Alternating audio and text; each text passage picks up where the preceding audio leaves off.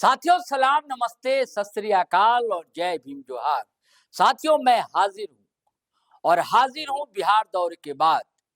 बिहार में चुनाव भी खत्म हो गया और यहाँ घाटशिला में भी सारी राजनीतिक कलाबाजियां जो हैं खत्म हो गई। जब बात बिहार की है तो बात कहलगांव की भी होनी चाहिए साथी। कहलगांव को इसलिए दोस्तों कि उसका कनेक्शन जो है झारखंड से, और आपको पता है कि झारखंड में जेएमएम सबसे बड़ी पार्टी है और सरकार में तख्तनशी है और मुख्यमंत्री जो है हेमंत सोरेन जेएमएम से ही आते और जेएमएम के कद्दावर लीडर सुप्रियो भट्टाचार्य हो, चाहे सरकार में मंत्री सुधीर कुमार सोनी, उन्होंने चेतावनी दे डाली थी कि परिणाम जब आया उसके बाद समीक्षा की जाएगी। किस चीज की समीक्षा? आपको पता है कि बिहार चुनाव में महागठबंधन ने जेएमएम को शामिल नहीं किया, एक भी सीट देना गवारा नहीं किया आरजेडी, जबकि आरजेडी बिहार में बड़ी भाई की भूमिका में जिस तरह जेएमएम झारखंड में हैसियत रखता है। जेएमएम ने झारखंड के आम विधानसभा चुनाव के समय आधा दर्जन से अधिक सीटें दी थी आरजेडी को, मंत्री तक बनाया, तो तलवार जो उसी मंत्री पर लटकी हुई है। सबसे पहले तो गठबंधन टूटेगा या नहीं ये तो तय है कि आरजेडी कोटे से आने वाले मंत्री संजय यादव मंत्री रहेंगे या नहीं रहेंगे। दरअसल उनके साहबजादे कहलगांव से आरजेडी के टिकट पर चुनाव लड़ गए। सवाल यह है कि आपने अपने साहबजादे को टिकट तो दिलवा दी, ये कोशिशें क्यों नहीं की कि जेएमएम महागठबंधन का सहभागी बने? जेएमएम बहुत कुछ तो नहीं चाहता था। यह सच है कि आदिवासी वोटों की संख्या अच्छी खासी है, 9 से 10% मानी जाती है।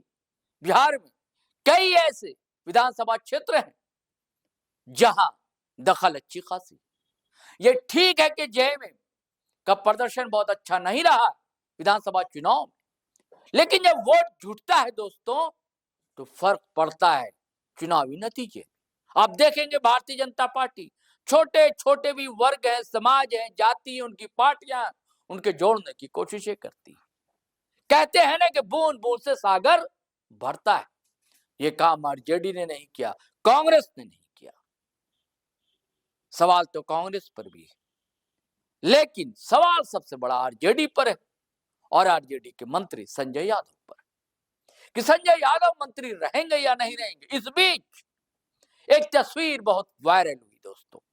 वो तस्वीर ये बताई गई, ये तहरीर दर्ज हुई उस तस्वीर के साथ सोशल मंचों पर वायरल कि कहलगांव में संजय यादव ने, जो आरजेडी कोटे से मंत्री झारखंड सरकार, उन्होंने अपने लाडले यानी कि अपने शहजादे रजनीश यादव के लिए मतदान किया। लेकिन क्या यह सच्चाई, इसमें कितनी हकीकत है, ये वीडियो ये बताएगा। दरअसल संजय यादव खुद सामने आए, उन्होंने उस तस्वीर की सच्चाई बताने की कोशिश की। अब वो तस्वीर सच है या संजय यादव का बयान सच है, यह तो तय जनता करेगी। जनता ही मालिक होती है लोकतंत्र में, आपको पता है। मैं ये बहस नहीं करूंगा कि लोकतंत्र का अपहरण कैसे हो रहा है, किस तरह हुआ बिहार चुनाव में, जैसी तस्वीरें मैं देख कर आया हूं वहां से। इसके लिए एक अलग वीडियो बनेगा दोस्तों और आपको बताएंगे कि बिहार में दरअसल होने क्या जा रहा है। तो दोस्तों, क्या सच संजय यादव ने मतदान किया बिहार में, जबकि वो यहां से विधायक है? यानी कि क्या उनके पास भी श्वेता सिंह की तरह डबल वोटर आईडी कार्ड है? आपको पता है लगातार कांग्रेस के विधायक है बोकारो से श्वेता सिंह, उन पर यह आरोप लगा था। हम लोगों ने लगातार वीडियो बनाए थे। विरंची नारायण जो वहां से उनके राइवल थे, एक समय भाजपा के एमएलए थे, उन्होंने आरोप लगाया था और भाजपा राजभवन से लेकर दिल्ली दरबार तक पहुंच गई थी और लगातार ये मुद्दा उठ रहा था। उसी तरह संजय यादव अब कटघरे में कहते हैं ना कि सर मुंडाते ही ओले पड़े, ये स्थिति हो गई थी संजय यादव की। तो मैं चाहता हूं सीधे अब सुनिए संजय यादव ही दरअसल कहते क्या है। हाँ, लेकिन उससे बीच एक वीडियो थोड़ा सा एक झलक देख लीजिए, बहुत वायरल हुआ था और हम लोगों ने अपने GTO लाइव पेज पर लगाया था। क्या ठुमकिया और क्या गीत गा रहे थे संजय यादव, ये सुन लीजिए। ये गीत झटके भर का है, लम्हे भर का, और उसके बाद संजय यादव का बयान आप सुनेंगे, फिर हम बात दोस्तों करते हैं। किसी दर्द दिल की दवा क्या करोगी,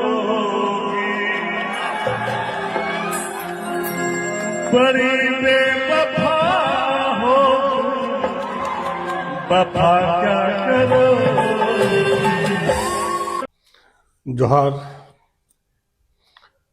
मैं आज काफ़ी मर्माहत हूँ। जैसे कि हम सोशल मीडिया के माध्यम से कई चैनल को देखा और कई सोशल मीडिया ने यहाँ तक भी कह डाला कि क्यों नहीं सदस्यता खत्म कर दिया जाए। मैं धन्यवाद देता हूँ उसे चैनलों को जिन्होंने इस तरह का गलत चीज़ों को दिखा करके गलत चीज़ परोसने का काम किया। मैं दावे और चुनौती के साथ कहता हूं कि जिस चीज़ों को उन्होंने दिखाया है कि कल जो बिहार का चुनाव हुआ और कहलगांव विधानसभा में हमने वोटिंग किया हो, अगर इसको साबित कर देगा तो मैं पूरे देश दुनिया के सामने, खास करके झारखंड और गोड्डा के सामने ये कहना चाहूंगा कि अगर उसमें जरा सा भी सत्यता होगा तो मैं राजनीतिक से संन्यास ले लूंगा। लेकिन हमारे गोड्डा के साथ साथ पूरे झारखंड देश को जो इस तरह से गलत चीजों को चला करके मेरे छवि को धूमिल किया गया है, ये अधिकार और हक किसी को नहीं है। एक सम्मानित पद पे कोई भी आदमी रहता है तो मीडिया के हमारे भाई चौथा स्तंभ के लोग हैं और काफी निष्ठा और विश्वास से उसको देखते हैं और उस पर काफी उम्मीद भी रहते हैं, क्योंकि वो सच्चाई चीजों को उजागर करने का काम करता है। लेकिन कुछ लोग जो किसी से प्रेरित होकर के किसी के साजिश में फंस करके और इस तरह से गलत तरीके से चैलन में चला करके लोगों को दिग्भ्रमित किया है, हम चाहेंगे कि भाई आपने जो चलाए हैं उसकी पूरी तहकीकात कर ले। चूंकि हमारा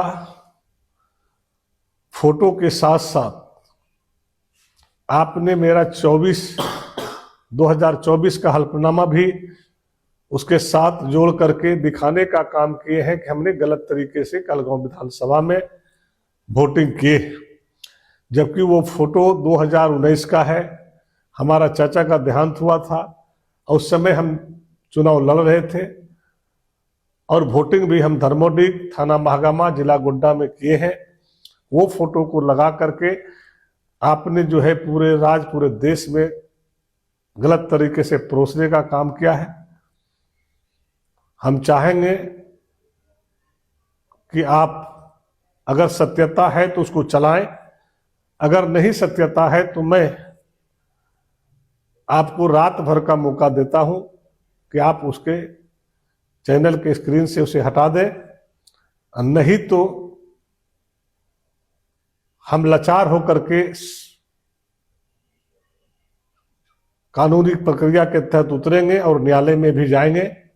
चूंकि मेरे पास एक ही रास्ता है और ये आपने बार बार जो है हमारे साथ गलत साजिश करने का काम किए हैं और गलत तरीके से कई बार जो है अपने परोसने का काम किए हैं। तो मेरे पास अब कोई रास्ता नहीं है। मैं आपसे आग्रह पूर्वक कहना चाहूंगा कि अगर सत्यता है तो आप चलाएं, अगर गलत है तो उसको स्क्रीन से हटा दें। धन्यवाद। जय झारखंड। साथियों, ये लड़ाई जो है दरअसल धरती की लड़ाई है और ये लड़ाई जो है स्थानीयता की लड़ाई है। और झारखंड में आज तक स्थानीयता की नीति नहीं बन सकी है। लड़ाई वो है दरअसल। लड़ाई सिर्फ ये नहीं है कि भीतरी बाहरी, उसके पीछे कारण ये है। किसी को संजय यादव से दुश्मनी नहीं है, किसी झारखंडी को। सवाल ये है कि आप दोहरा लाभ तो कतई नहीं ले सकते।